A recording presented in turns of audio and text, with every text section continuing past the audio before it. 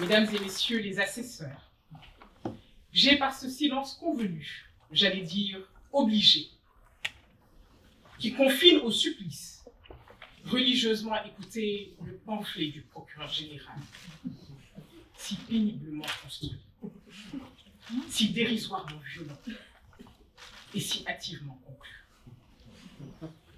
Le fond du réquisitoire attendra que je rappelle au parquet général cette partie au procès qui se croit au-dessus des autres et qui, parce que prenant la parole au nom de la société, a fini par croire qu'elle en est l'incarnation physique, donnant des leçons par-ci, donnant des leçons par-là, et s'autorisant à bafouer allègrement les règles élémentaires d'un procès équitable.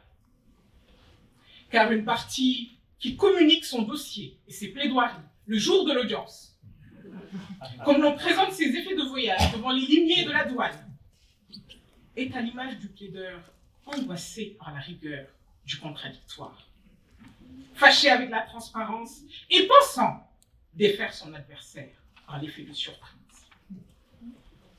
Mais avant d'en venir à ce discours injustement accusateur, il me plaît de ne pas vous dresser le portrait de ma cliente, car, après tout juger, c'est ne pas comprendre.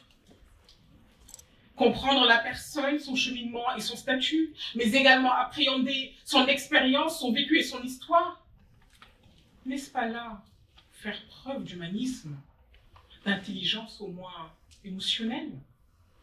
Regarder, comprendre, n'est-ce pas souvent trop demandé à l'accusation? Cet index délateur, pointé au nom d'une dame aux yeux bandés, qui prétend glaive à la main rendre la justice en tranchant dans le vif. Au tribunal de l'opinion publique et de ses supputations, au comptoir de la jalousie et de ses faux semblants, plutôt que de soutenir une défense entendue, attendue, je viens devant vous, mesdames, messieurs, et devant vous, mondant honoré public, mettre en pièces le procureur général en ses fils piques. Qu'ai-je besoin de me mettre à genoux pour implorer un semblant de clémence, un semblant de compréhension alors que je défends Christine Lagarde? Y répondre par des dénégations est pénible et inutile, surtout qu'il suffit pour plaider coupable, car je plaide coupable. Il suffit de dresser le portrait de Christine, car, et c'est là un crime impardonnable, un péché capital, on lui reproche d'être Lagarde.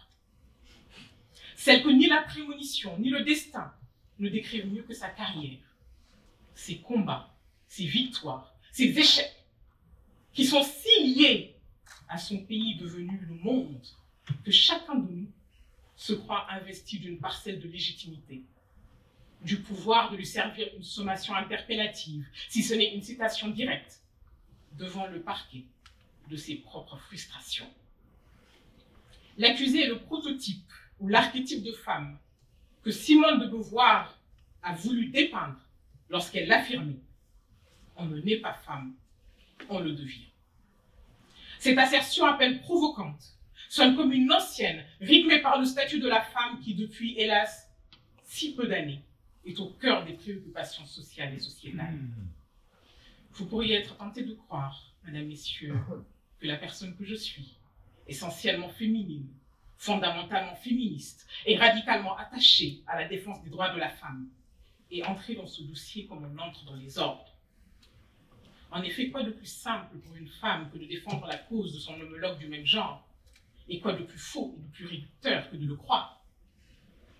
Je ne suis pas une femme, je suis une avocate.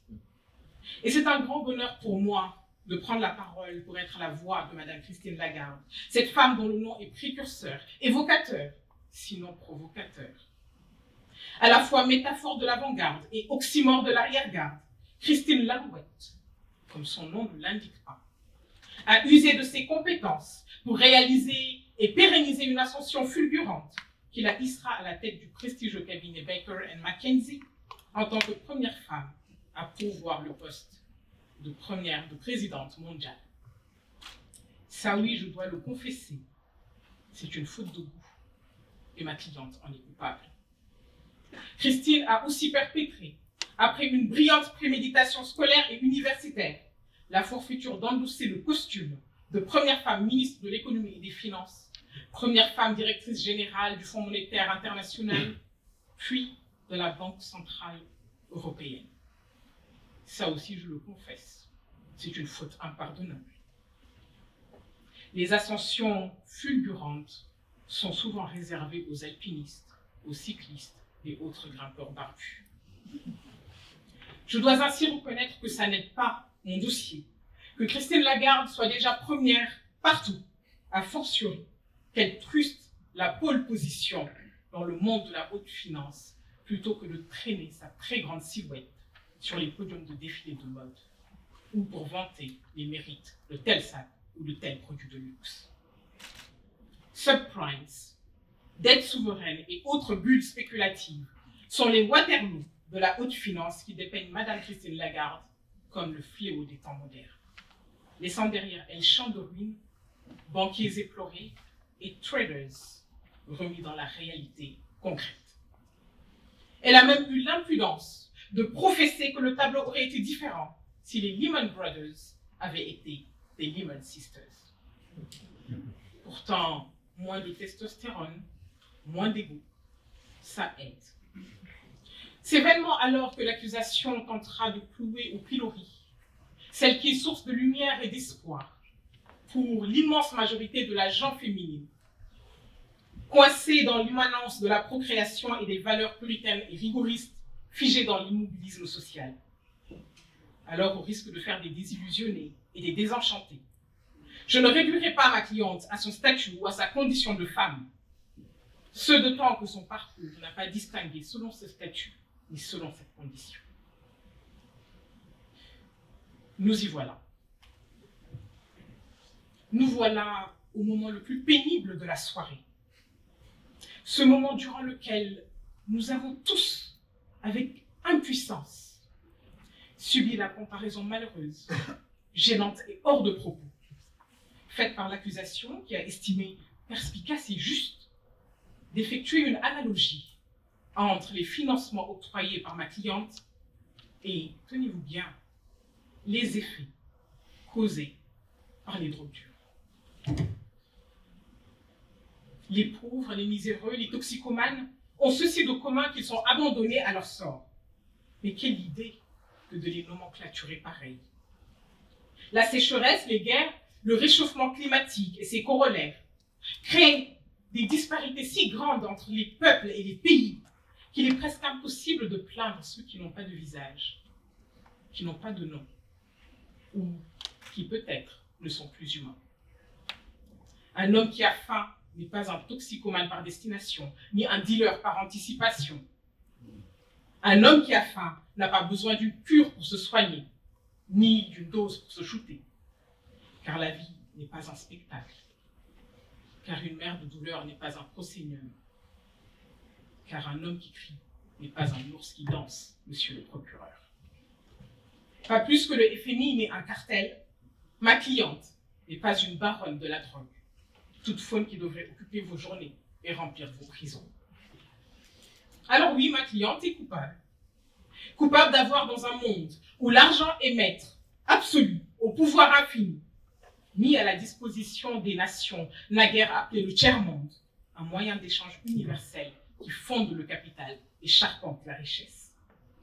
Coupable d'avoir octroyé des prêts à taux zéro pour l'accession à la croissance dans un monde où les puissances spirituelles, intellectuelles ou artistiques sont toutes à genoux, si ce n'est refoulées par la suprématie de l'argent.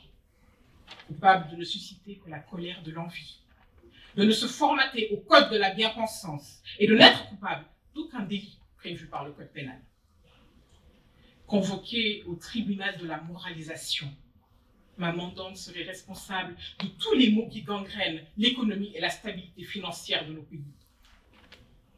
Alors, au loup déguisé en agneau, au renard un peu clair, au rapace qui croit que toute robe noire à plastron blanc est une tauge, aux contempteurs et admirateurs refoulés de ma mandante, aux gardiens et gardiennes du temple, de l'arbitraire, je vous la laisse Lagarde Christine.